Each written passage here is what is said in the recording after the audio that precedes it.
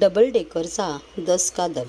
ठाणे परिवहन सेवेच्या अर्थसंकल्पात डबल डेकर बसचा उल्लेख केला जातो. आता अवघ्या काही दिवसातच ठाण्याच्या रस्त्यावरून 10 डबल डेकर बस धावताना दिसणार आहेत.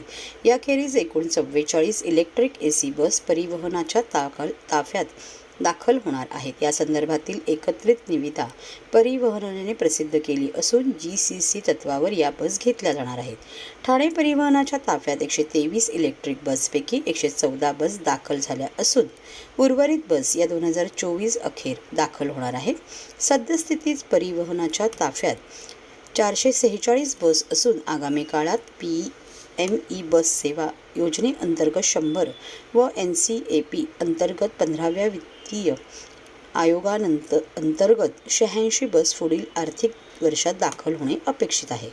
पहिल्या टप्प्यात आता 44 बस घेण्याचा निर्णय परिवहनने घेतला आहे.